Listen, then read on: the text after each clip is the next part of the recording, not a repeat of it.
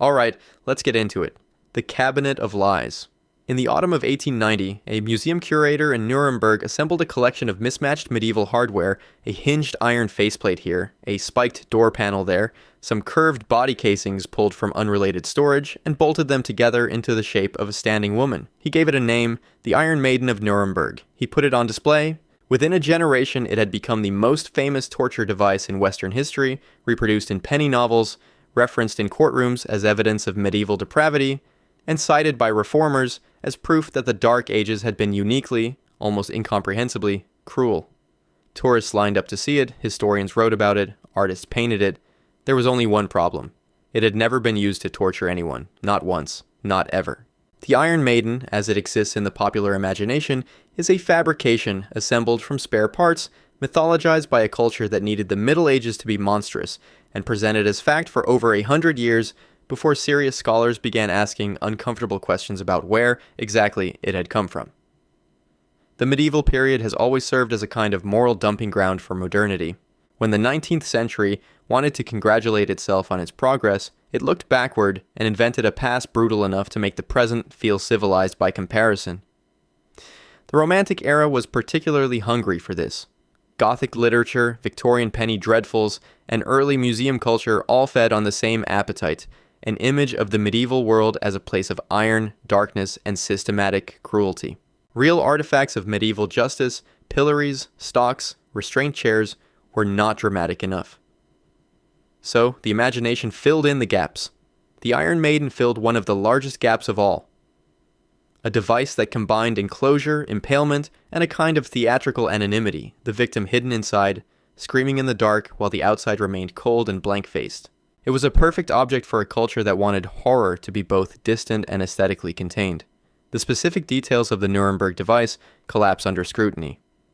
The earliest written reference to an Iron Maiden as a torture instrument appears in 1793, in a text by the German antiquarian Johann Philipp Siebenkees, who described a single alleged execution in 1515.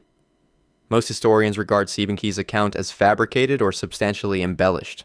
No contemporaneous medieval legal document, no Inquisition record, no court proceeding from any European jurisdiction references the device. The spiked interior design so central to its popular image, spikes positioned to penetrate organs slowly while keeping the victim alive for hours, is anatomically theatrical rather than practically coherent.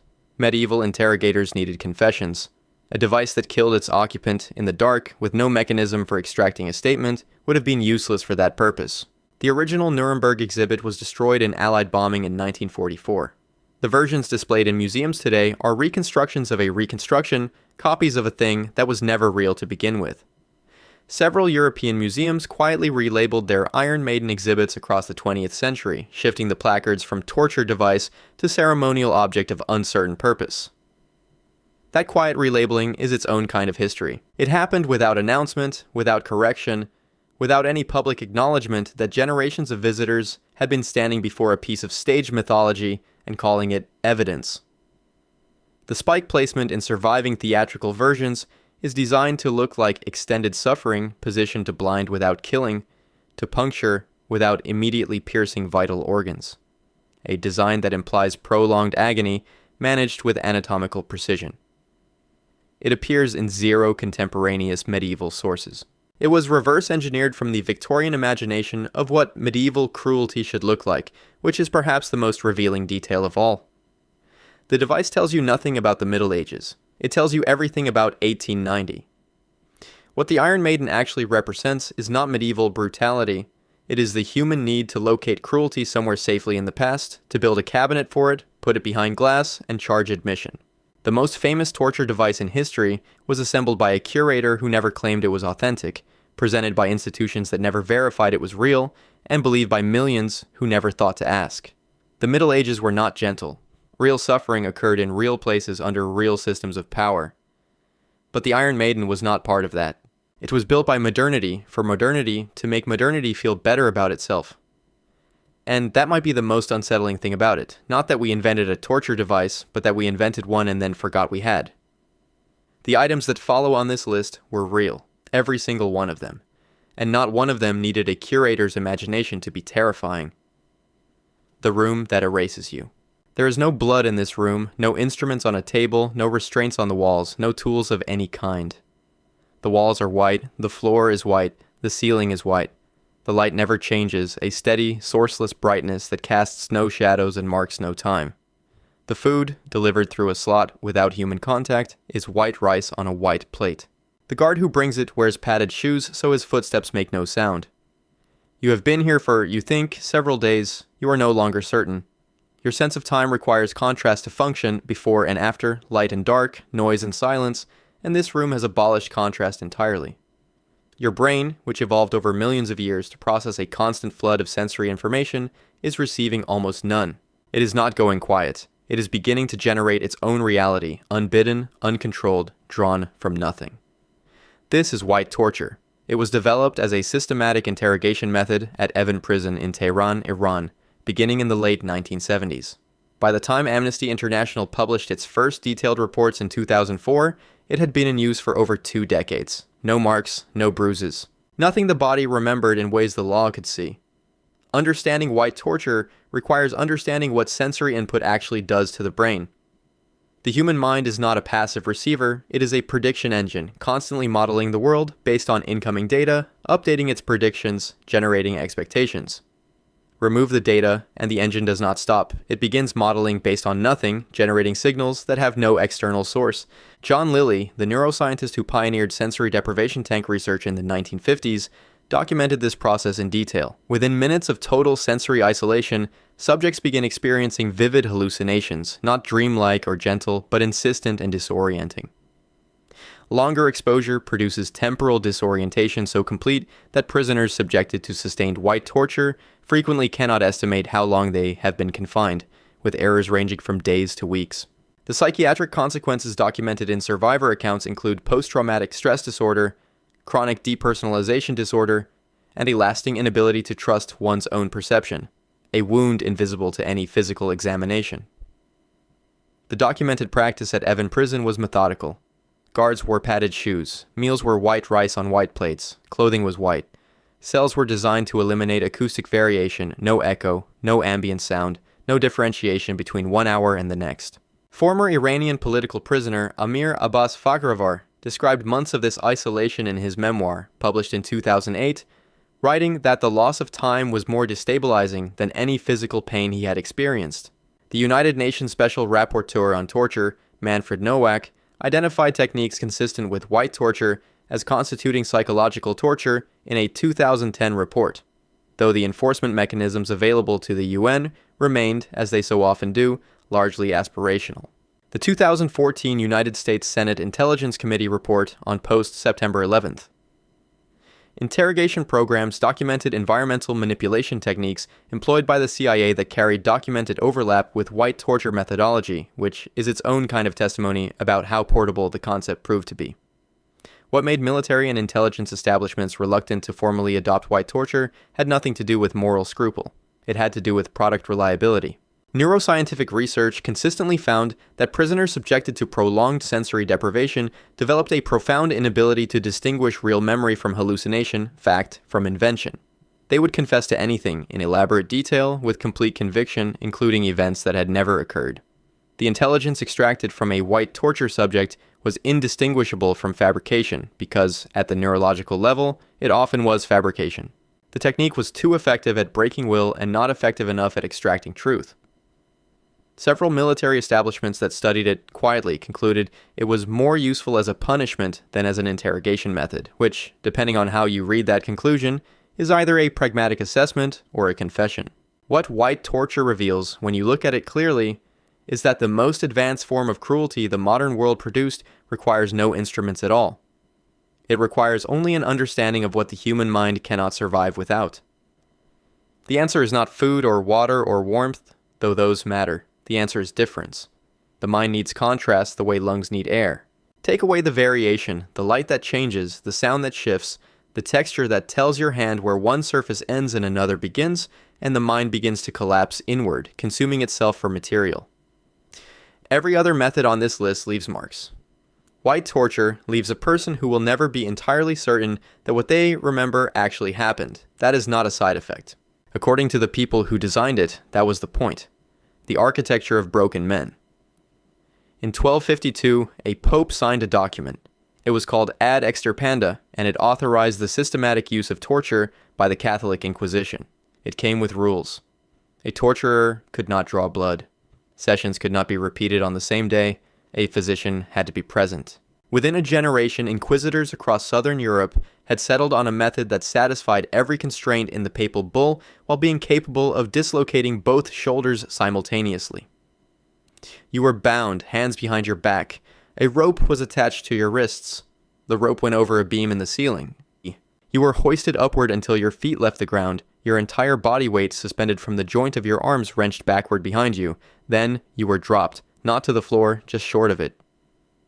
The jolt of the sudden stop, your weight hitting the end of the rope, pulled through both shoulder joints at once. The name of this procedure was the strappado. It became the standard instrument of the most powerful institution on earth. It had paperwork. The strappado existed inside a specific legal and theological framework, and understanding that framework is essential to understanding why it endured for centuries.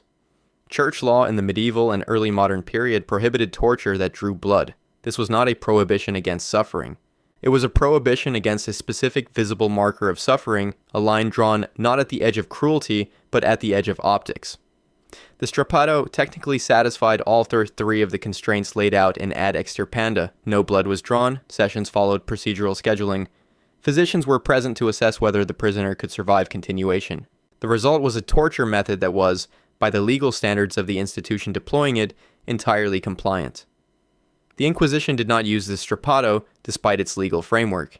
It used the strappado because of it. The rules did not limit what could be done to a human body. They shaped which method was selected. Tomás de Torquemada's Instrucciones of 1484, which codified Spanish Inquisition practice in systematic detail, described the strappado's application with the precision of a medical manual. The basic form, called simple strappado, produced dislocation. The variant known as squassation added weights attached to the prisoner's feet before the drop, meaning the jolt tore through the ligaments, fractured the shoulder joint capsule, and could in severe cases pull the arm entirely from the socket. Records of individual sessions survive in the Archivo Histórico Nacional in Madrid. Transcripts of what prisoners said, word by word, as the sessions progressed. Galileo Galilei, tried before the Roman Inquisition in 1633, was threatened with the strappado. Historians debate whether the threat was procedural formality or genuine intent. His complete recantation of the heliocentric model followed the threat directly. The Place de l'Estrapade in Paris is named for the public execution site where a French variant called the estrapade was performed through the 17th century. The name survived the practice. The square still exists. The Inquisition's procedural rules created a second layer of horror that operated entirely on paper. A confession obtained under torture was not legally admissible as it stood. It had to be repeated the following day, voluntarily, without torture present, to be considered valid. Prisoners who recanted their confession on the second day were simply rescheduled for another session. The paperwork documented everything: the prisoner's statements during the session, the physician's assessment of their condition, the inquisitor's notation of whether the confession had been repeated voluntarily. These records were not evidence of cruelty, they were evidence of procedure. They demonstrated on their face that every rule had been followed. The torture was not hidden in the archive. It was preserved there in meticulous Latin alongside the legal rationale that made it permissible. Dante Alighieri used the strappado as a specific metaphor in the Inferno, written around 1320, describing souls subjected to it as a form of divine punishment. He wrote the image because his readers would have understood it immediately, which tells you something about how culturally embedded the device had become within decades of its widespread adoption. What the strappado ultimately demonstrates is that cruelty does not require the absence of rules. It often requires their presence. A system that permits suffering within defined parameters does not limit what can be done. It legitimizes it. The strappado didn't survive for centuries because it was uniquely effective at extracting truth. Studies of Inquisition outcomes consistently show that torture produced confessions of wildly varying reliability. It survived because it was uniquely official, a method that came with its own legal framework, its own record keepers, and its own theology of justified suffering. The paperwork outlasted the screaming. It always does. The point of no return. Hippolytus Marsili, an Italian legal scholar working in the late 15th century, gave it a name that has stayed with it ever since: Cula di Juda, the cradle of Judas. He was not being poetic. The device was a pyramid, a sharpened apex of wood or metal mounted on a frame at the height of a seated person, and the prisoner was lowered onto it by ropes controlled by the torturer. The targeted point of contact was the perineum. The torturer could adjust the rate of descent, hold the prisoner suspended mid-position, lower them further, raise them slightly, and repeat this across an entire session without any visible wound appearing on the body. Because the implement was never cleaned between uses, infection was not a side effect. It was a design feature. The prisoners who survived the session frequently did not survive the week. They died of sepsis, sometimes days later, in a different room, under the care of a physician who had not been present for the cause. The torturer could document, accurately, that no prisoner had died in his custody. The death happened elsewhere. This was not an accident of hygiene. This was architecture. The Judas cradle belongs to a specific category of Inquisition-era instruments grouped under the Latin phrase tortura sine sanguine, torture without blood. Church law's prohibition on drawing blood during interrogation had created an engineering problem, and medieval and early modern craftsmen solved it with methodical creativity. The rack stretched joints without cutting skin. The strappado dislocated shoulders without opening veins. The Judas cradle penetrated the body's most vulnerable tissue through pressure and gravity alone, leaving no cut, no bruise that could be directly attributed to the instrument and no moment of death that could be traced to a session. Records of its use appear in the Archivo Histórico Nacional in Madrid. The Spanish Inquisition deployed it alongside the strappado and the toca, the water torture variant, as part of a graduated interrogation sequence where the instrument selected depended on the prisoner's resistance and the inquisitor's assessment of their physical tolerance. The mechanism of death deserves specific attention because it is what separates the Judas cradle from other instruments in the Inquisition's inventory. The perineal tissue, when traumatized by prolonged pressure and torn by a sharpened implement, creates an open wound in a region of the body where bacterial contamination is essentially guaranteed. Without the antiseptic practices unavailable until the 19th century, this wound became a pathway for septicemia, a systemic infection that moved through the bloodstream to the organs. The process took anywhere from 2 to 7 days. During that period, the prisoner was typically held in a cell and under basic observation. The official record showed that the interrogation session had concluded, that the prisoner had been returned to custody in living condition, and that their subsequent death had been the result of illness. Napoleon's police force under Joseph Fouché reportedly used a variant in early 19th century France, though Fouché's own memoirs are notoriously unreliable as a source, and the claim survives primarily in secondary literature. What is documented is the Ottoman military's decision to restrict the device's use on prisoners of war, citing not moral objection but practical concern. Prisoners were dying before usable intelligence could be extracted. There is a specific kind of institutional intelligence required to design a torture method that kills through a mechanism you can deny. The Judas cradle required someone to understand the biology of infection well enough to weaponize it, the legal framework well enough to exploit its gaps, and the documentary process well enough to ensure nothing incriminating appeared on paper. This was not sadism operating in the dark. This was sadism operating in full daylight, with legal counsel, with physicians on retainer, and with a paper trail that pointed away from the cause at every step. The Catholic Church's rules against drawing blood were not circumvented. They were satisfied, technically and completely, every time the device was used. When an institution's methods of cruelty are specifically engineered to comply with its own rules against cruelty, the question worth asking is not whether the institution was cruel. That is already answered. The question is whether the rules were ever designed to prevent anything. The Judas cradle suggests they were not. They were designed to define what could be documented and what could be denied, to draw a line not between what was permitted and what was forbidden, but between what was visible and what was not. The prisoners who died of sepsis in the days after their sessions were never counted among the tortured.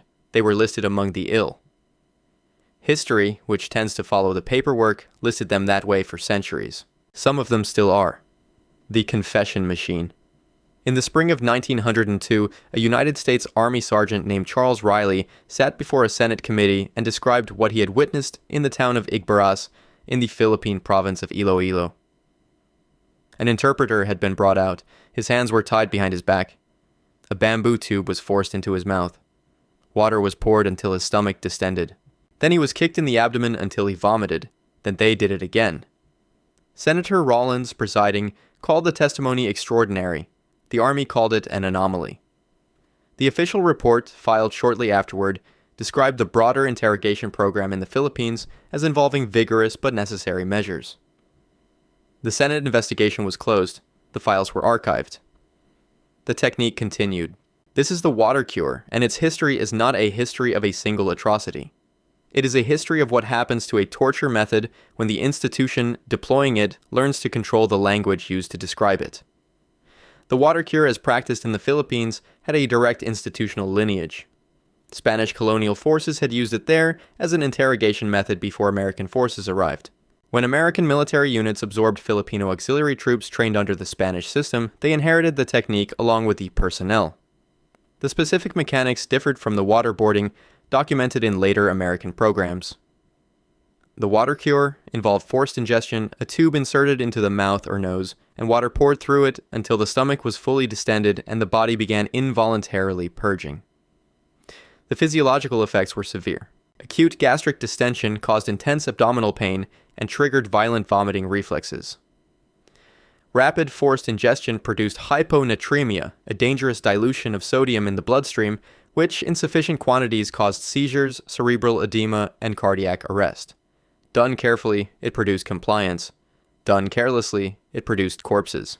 General Jacob Smith, who commanded American forces in the province of Samar during the same period, was court-martialed in 1902, not for authorizing the water cure specifically, but for ordering that no prisoners be taken in the province and that it be turned into a howling wilderness. He was convicted. His sentence was compulsory retirement without imprisonment. The water cure itself was never formally prosecuted as a method. In the records of the Phoenix program, the CIA-sponsored counterinsurgency effort operating in South Vietnam between 1965 and 1972, declassified documents reference interrogation techniques used on Viet Cong suspects that include water-based methods consistent with those documented in the Philippines 60 years earlier. The terminology had evolved. The practice had not. The Spanish Inquisition's name for their variant was toca, documented in Inquisition manuals from the 16th century onward, which places the lineage of this method across at least 4 centuries of continuous institutional use. The most clarifying data point in the water cure's modern history is a legal one. After the Second World War, Japanese military officers were prosecuted by the United States government for subjecting American prisoners of war to waterboarding, the practice of pouring water over a cloth covering the face to simulate drowning. Several received sentences of 15 to 25 years of hard labor. The specific act for which they were sentenced was later described by legal memoranda produced by the United States Department of Justice in 2002 as enhanced interrogation and not torture when applied by American personnel to prisoners in American custody. The method was identical, the legal conclusion was opposite. This was not a contradiction the memos failed to notice. It was a distinction the memos were written to produce. The definition of torture has never been a fixed boundary. It has always been a political instrument applied in one direction by the powerful and in the other by the prosecuted. A Japanese soldier received 25 years of hard labor for doing to an American what American legal documents would later insist was not torture when done by Americans to others. That asymmetry is not a footnote in the history of the water cure. It is the entire argument. Every institution that has used this method across 4 centuries of documented practice has described it the same way. Not torture, vigorous, necessary, enhanced, a regrettable measure taken in exceptional circumstances. The language changes with the century, the tube does not. What the water cure reveals across its entire documented history is that the definition of what is and is not permitted has always been controlled by the same people doing the permitting, and that the distance between a condemned war crime and an authorized interrogation technique has always been exactly the width of a signature on the right piece of paper, the living weapon. Mozo bamboo, the species most commonly associated with the practice described in the testimonies that follow, grows at a rate of up to 91 centimeters in a single 24-hour period under optimal conditions. This is not a metaphor for relentlessness or a poetic description of natural abundance. It is a measurement confirmed by botanical research, and it is the measurement that made bamboo one of the only substances in recorded military history to be weaponized not for its sharpness or hardness, but for the fact that it was alive and would not stop. The testimonies collected by the International Military Tribunal for the Far East, the Tokyo War Crimes Tribunal, convened between 1946 and 1948, include accounts from Allied prisoners of war who described bamboo-based tortures employed by Japanese military personnel in camps across Southeast Asia during the Second World War. The most extreme accounts, those involving prisoners, staked over actively growing bamboo shoots, are disputed by some historians as wartime propaganda. What is not disputed is the deliberate use of bamboo as an instrument of terror, restraint, and killing across multiple Asian conflicts spanning centuries. To understand bamboo as a weapon, you have to understand bamboo as a plant. The shoot that emerges from the ground is not a seedling. It is a preformed structure, compressed, that expands rather than grows, driven upward by hydrostatic pressure from within the rhizome network below. At peak growth, a moso shoot exerts upward pressure measurable in hundreds of pounds per square foot at its apex. The tip is pointed and case-hardened, designed by evolution to push through compacted soil, through the root systems of competing plants, through whatever resistance the earth presents. This is not a fragile sprout. It is a ballistic object operating in slow motion, and the people who developed torture methods using it understood its biology with the precision of engineers. British Imperial War Museum holdings include POW diaries from the Burma-Thailand railway construction of 1942 and 1943, in which prisoners describe Japanese guards using bamboo in ways specifically designed to exploit the psychological weight of a threat that required no human presence to execute. You could be left alone with it. The terror was in the waiting. Vietnamese historical chronicles from the Tran dynasty period, spanning the 13th and 14th centuries, describe bamboo impalement as a method of execution and punishment, with upright staking recorded as a penalty for specific categories of serious offense. These sources require careful handling, as chronicles of this era combined administrative record and narrative embellishment in ways that make strict, factual extraction difficult. What they establish is a long regional familiarity with bamboo as an instrument of death, a familiarity that carried forward through centuries of conflict. The Khmer Rouge at the Tuol Sleng facility, catalogued as S21, used bamboo restraints and caging, documented in survivor testimony collected by the Documentation Center of Cambodia. The Viet Cong's extensive deployment of punji stick traps across the Vietnamese jungle landscape during the 1955 to 1975 conflict is documented in exhaustive American military after-action reports. Punji sticks, sharpened bamboo stakes concealed in covered pits, wounded and killed American soldiers throughout the conflict, and were designed not only to injure, but to infect, the tips sometimes treated with biological material to guarantee sepsis. What distinguishes bamboo as a weapon from every other implement in this list is the agency it removes from the torturer. Every other method requires a person to be present, to apply force, to make decisions in real time. Bamboo, deployed in a growth-based context or concealed in a pit trap, requires only placement. The instrument operates autonomously. This creates a specific psychological condition for anyone in an environment where bamboo is being used against them.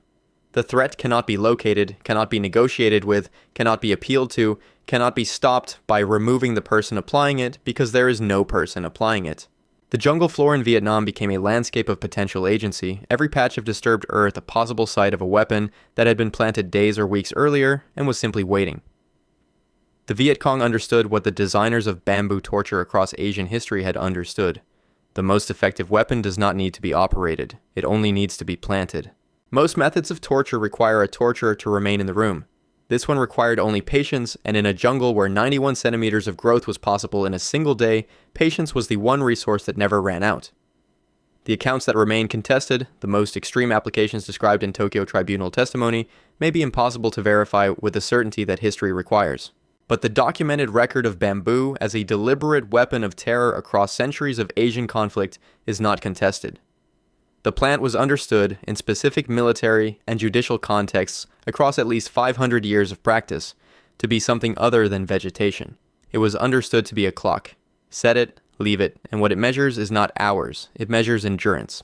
And endurance, in every conflict where bamboo was weaponized, was always the first thing to run out. The sound of power. Around 570 years before the Common Era, in the Greek colony of Akragas on the southern coast of Sicily, a craftsman named Perilos of Athens walked into the court of the tyrant Phalaris and presented his masterwork.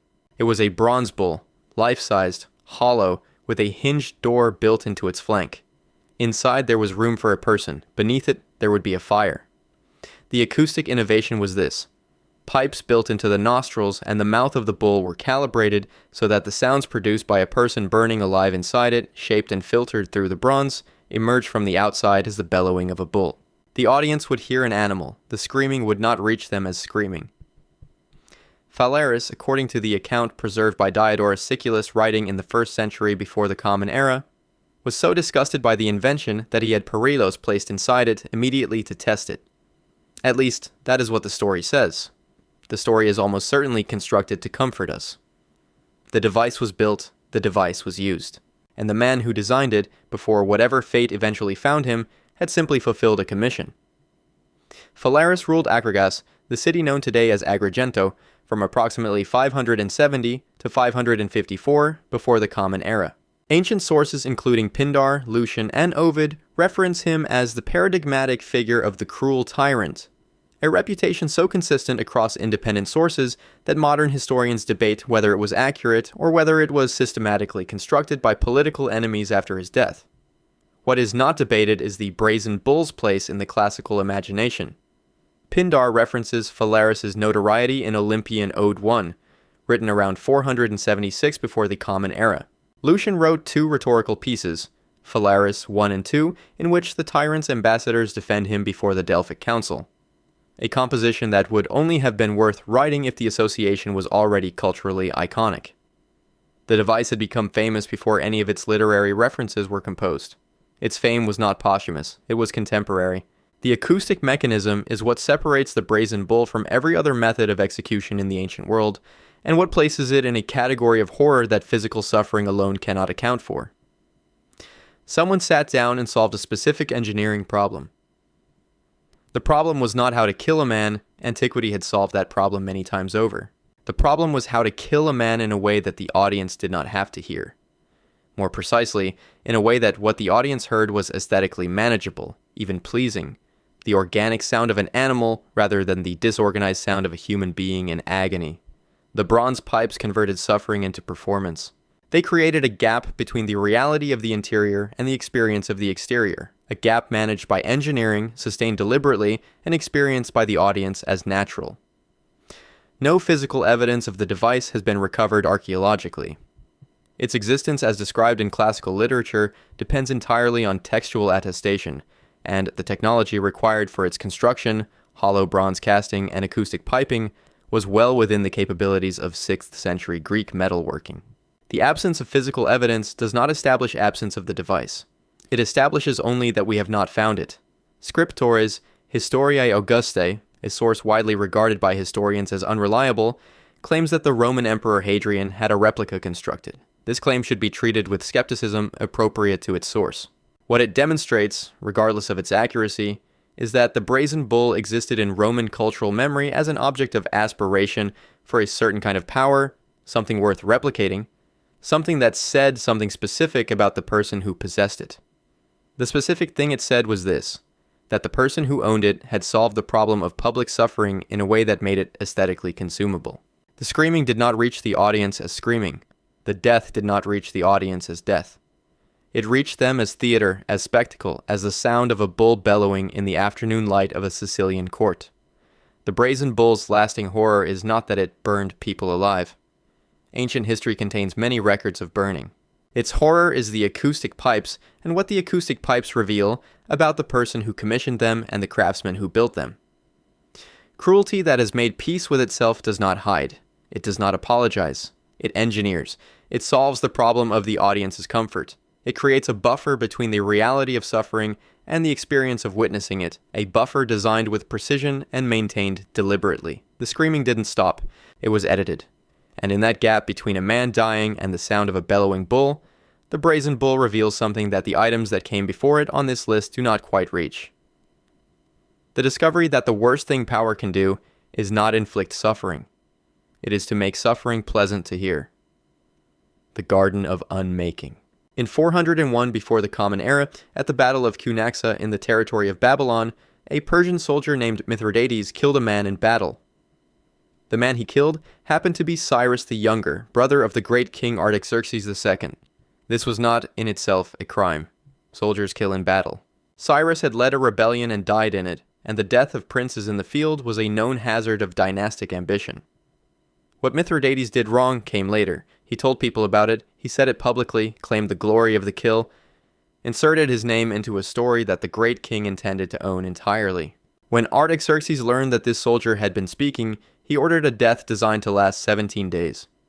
The method was called scaphism, from the Greek word scaphe, meaning boat or trough, and it is the only documented execution in ancient history that required a daily maintenance schedule.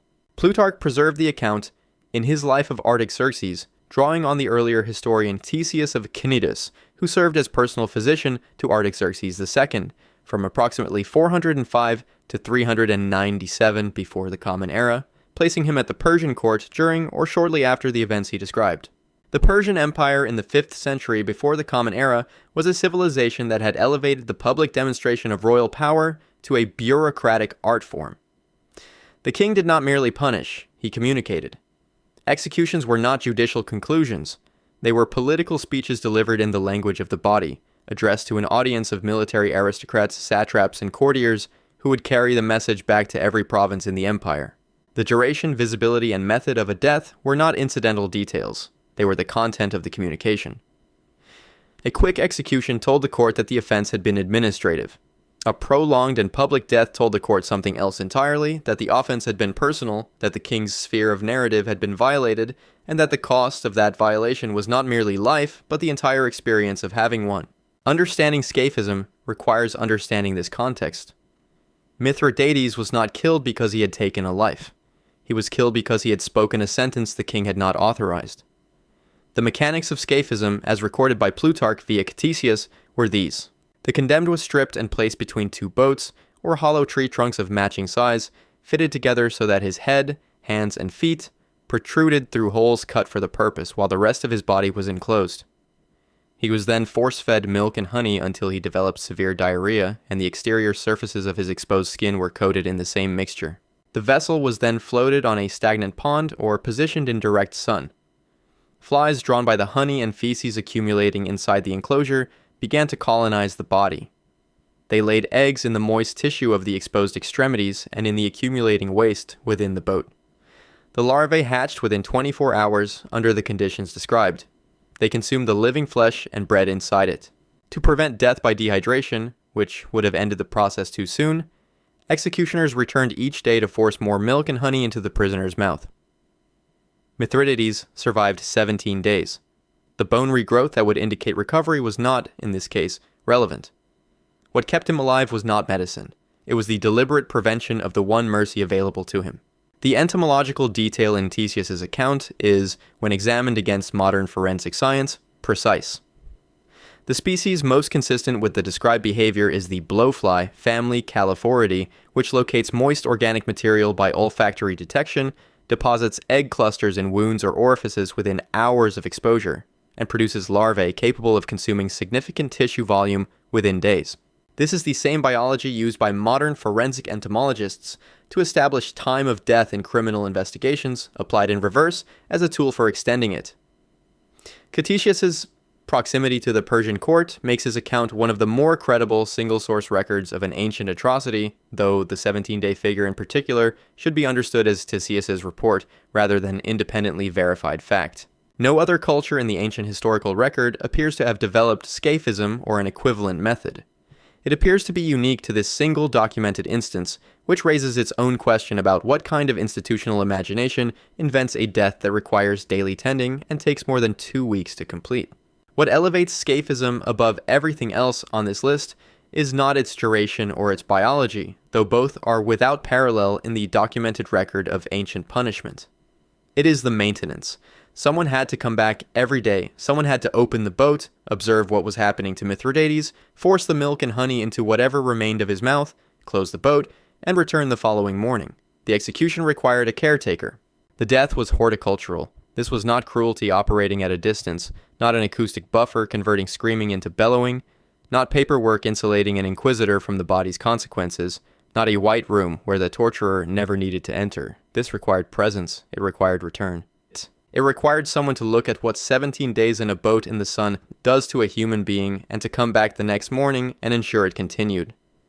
Artaxerxes built a death that the empire would discuss for generations. He was correct. 2,400 years later, we are still describing it, which means the message traveled further than any army he commanded, and lasted longer than any stone he raised. Mithridates killed a man in battle. What he did wrong was say so. What Artaxerxes did in response was spend 17 days writing a reply, in the only language that no one would ever be able to misquote. 8 methods, 8 different centuries, 8 different cultures, 8 different institutional contexts. And running through all of them, a single thread so consistent it stops looking like coincidence and starts looking like something more structural about power itself. Not one of these methods was a rogue atrocity committed by a single unhinged individual. Every item on this list was developed within an institution authorized by a system, documented in a record, and in most cases defended as lawful, necessary, or both. The Iron Maiden was assembled by a museum. The Strappado was authorized by a pope. The Judas Cradle was categorized under a legal principle. The water cure was defended before a Senate committee. White torture was studied, assessed, and quietly adopted. Even scaphism was a state execution performed by functionaries who returned every morning to do their job. The horror of these methods is not that they came from the margins of civilization, it is that they came from its institutions, from the people responsible for defining what was permitted, who decided that what they were doing was permitted and then wrote it down. What that pattern reveals about human nature is uncomfortable and important. Cruelty is not a pathology that exists outside of systems. It is, historically, something systems produce when they are given a specific set of incentives: the need for information, the need to demonstrate power, the need to maintain legal deniability, the need to manage the optics of suffering for an audience. Each of these methods solved one of those problems with remarkable precision. That precision is not incidental. It is evidence that significant human intelligence was directed at the problem of how to inflict suffering within defined institutional constraints. The question worth sitting with after watching every item on this list is not whether the past was more brutal than the present. Some of it was. Some of it, as the water cure's documented history suggests, was not. The question is whether the institutional incentives that produce these methods have actually changed, or whether we have simply changed the paperwork. Leave the one detail in the comments that you cannot rationalize away. The one item on this list where the official explanation felt like it was written for someone else's benefit. The floor is yours. If this list changed how you see the relationship between institutions and cruelty, subscribe. New excavations go up regularly, and the next one goes deeper. The past is not finished with us yet.